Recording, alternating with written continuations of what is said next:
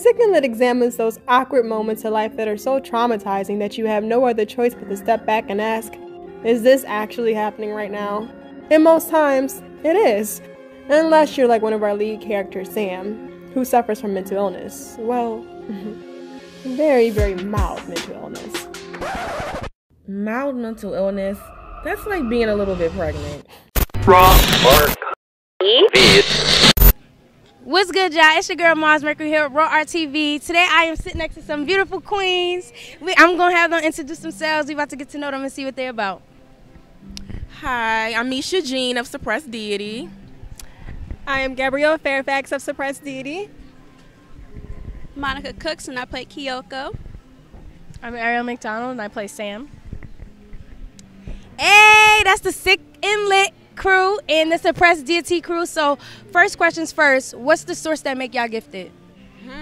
For me, it just stems from childhood. Just as a kid, you know, you're more freer as a kid. You don't have like that financial responsibility and things that just make you think and think. As a kid, it was just, even like being with her over here, my co-founder over here, as kids, just growing up, just dancing and just not even acting. Like later on that came on, just making up dances as kids. And I say my childhood is definitely like the source, and I just started exercising it just as this growing up. That was awesome. I don't know how to follow that. But getting into writing and just curating and directing and dancing, all that, the source honestly is my love for people and what they have to offer in their own art. And exploring other people's art has allowed me to explore my own art. Okay. So, for sure. Oh, yes. I'd say I actually have to piggyback off of them too. It really pretty much does stem from like childhood. I mean, I'm a Virgo, so I'm pretty much like creative by nature. I write too as well. Just being able to tell a story visually as well as like in print. So, you know. For me too, it's always been, I like performing. When I was a kid, I liked performing.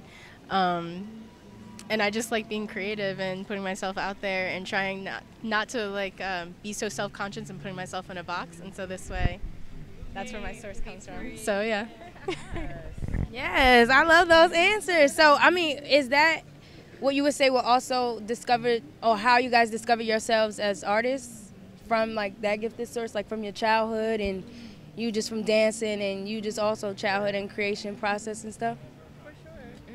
Yeah, for sure. Like one of the things we talk about in Sick and Lit is kind of the sick part of it is kind of the pain that you go through, and a lot of the pain stems from childhood with a lot of artists, and turning that into something that's lit. So turning that trauma, that pain, whatever you've gone through in childhood, and kind of still taking that inner child and pushing that artist out into the world and being outside of the box, because children are outside of the box naturally as artists. Right. So first, another thing, I mean, before we talk about Sick and Lit, what is Suppressed Deity? Because I'm sure a lot of people want to know what it is. So, yeah, can you guys just, So actually, it stems off of like the question that you just asked. Just like finding ourselves. And actually, a couple years ago, I can speak for myself. To be honest, that's when I really found who I am and just really owned it. And so just owning my power from within, and just even working in like the corporate world and just being suppressed in that career, knowing that I want to be, in the artistic field and all of that, it's just, the name stemmed from that, just recognizing who we are, with that. Gabby talk. Same thing. I feel like I grew up in an environment that taught me to get my strength from external sources, whether that be religion or education. Not saying that those things are bad, but when you depend on other sources to get your power from, it kind of takes away from who you are, and the power that you have within, and the strength that you have within, and the artistry that you have within, because you're now comparing whatever you have to some external source. So that's the suppression of it, is looking outside of self for your power, and the deity is you. It's me, it's Misha, Monica, Ariel, it's everyone. So that's what Suppressed Deity is. Ow, I like that. No, I like that. And then basically, like, what y'all are touching on, like the topics and concepts that y'all have going on, I really do appreciate it. I feel like it's necessary to be broadcast because it's things like people know about it, such as mental illness or LGBTQ community. Oh my God, please forgive me if I got that wrong, but y'all know what I'm trying to say. But yeah, just that community, I feel like, you know, a lot of that stuff is like slept on. So you said it's trauma meets humor. So tell me, how do you guys plan to, you know, showcase this trauma meets humor? So I guess you could start talking about like sick and lit and the Yeah, so sick and lit, you know, like Barb said, you know, trauma, the contrast between trauma and humor. It's so many things in life that, you know, you just laugh at and you're like kind of depressed about it too, but it's just so extraordinary. It's so extraordinary that you're just like, all I can do is laugh. I can't pay my bills right now, but again, I'm just going to laugh again. The rent due again? Really? So,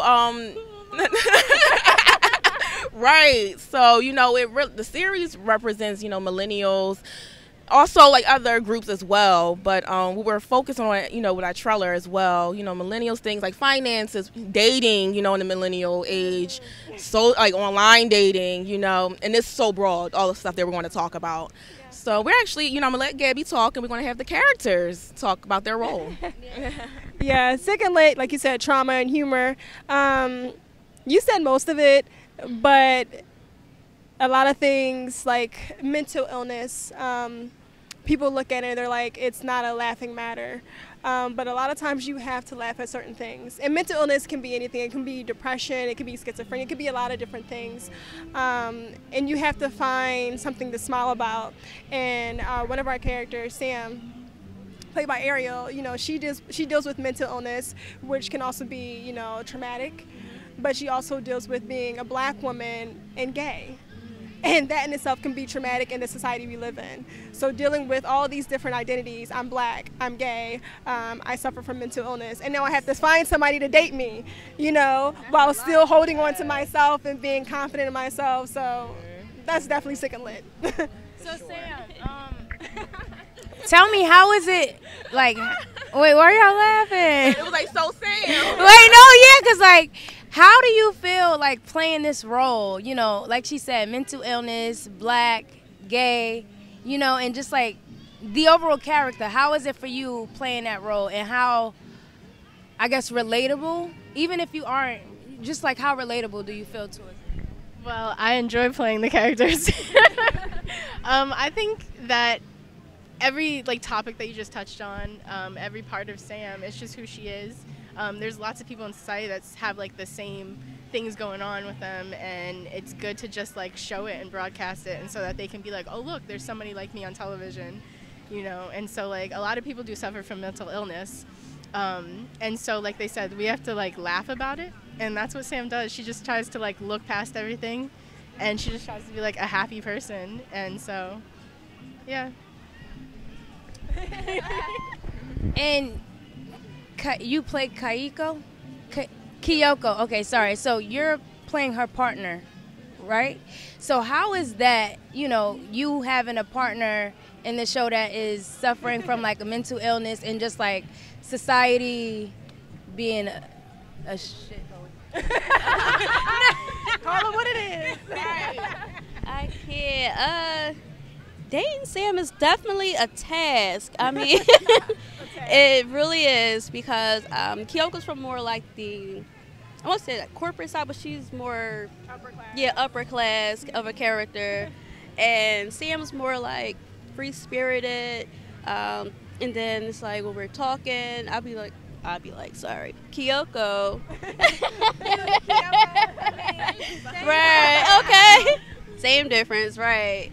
It's like she has like this more of a serious tone, and she talks to Sam, and Sam's just like, yeah, so what are we doing? And Kyoko's like, what is wrong with you? And that's what like makes it funny, because they're so different, but these are like real life things that actually happens. And sometimes, unfortunately, it does come from like broken families or maybe like mental illness, but it's good that we actually shine a light on this stuff, because it actually does happen, unfortunately. Yeah.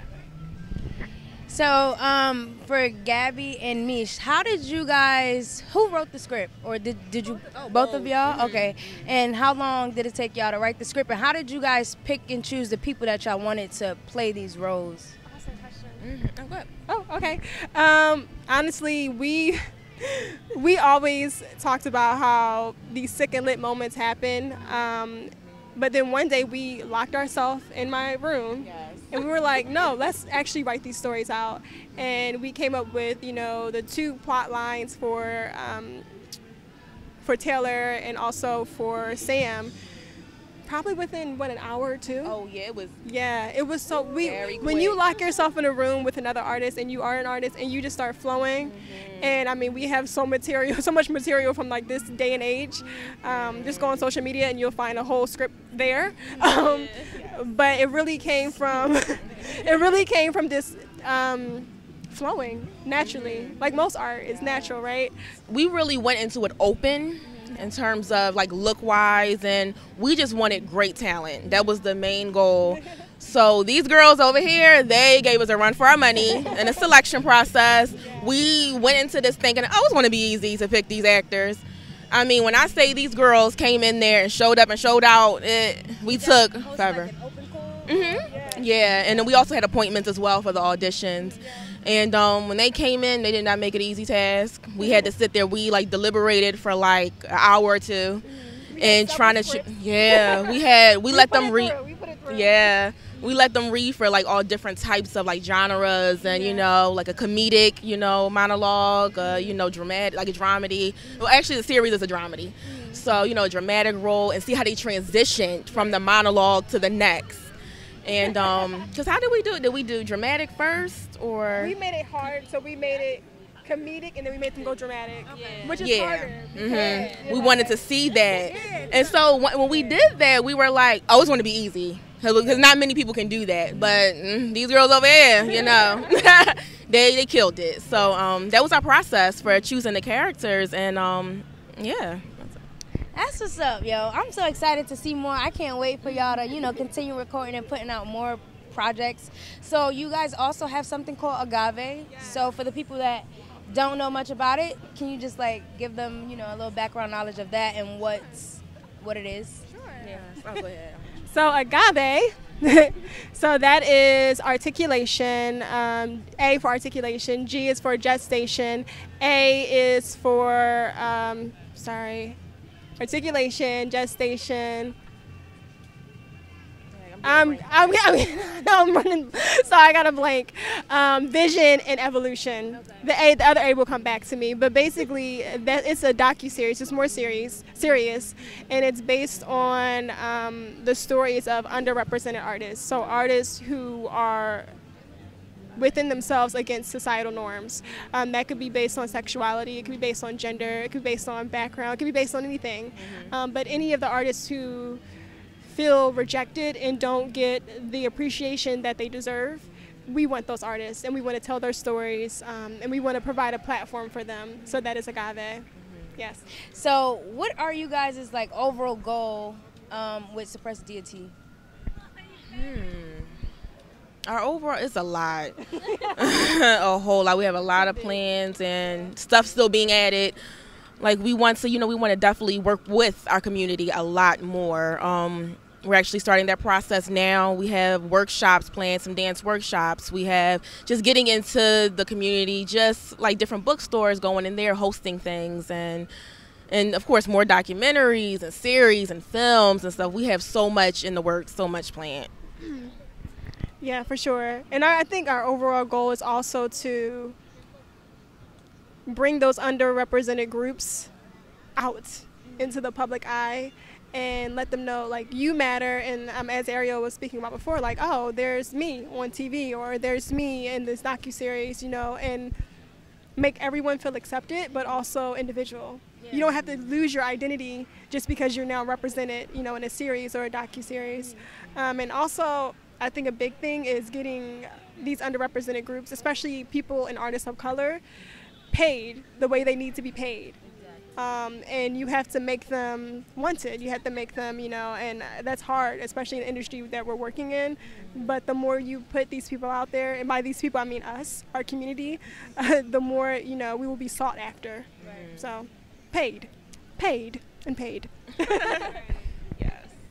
Facts. So where can we find you guys? Any last words? Anything coming up? Anything I missed?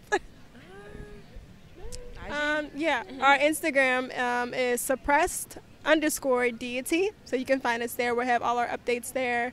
Doing a lot of collaborations like we are with Barbara right now. Yeah. So how about you guys? Oh, yes. I am at Amazon Rain, and that's RAYNE. Yes. Mine is 4, like the number 4, Evermango, EVERMANGO. It's my favorite fruit, so. Same. And this is the Sick and Lit crew, Suppressed Deity, Raw Art TV. Make sure y'all tune in, and it's lit.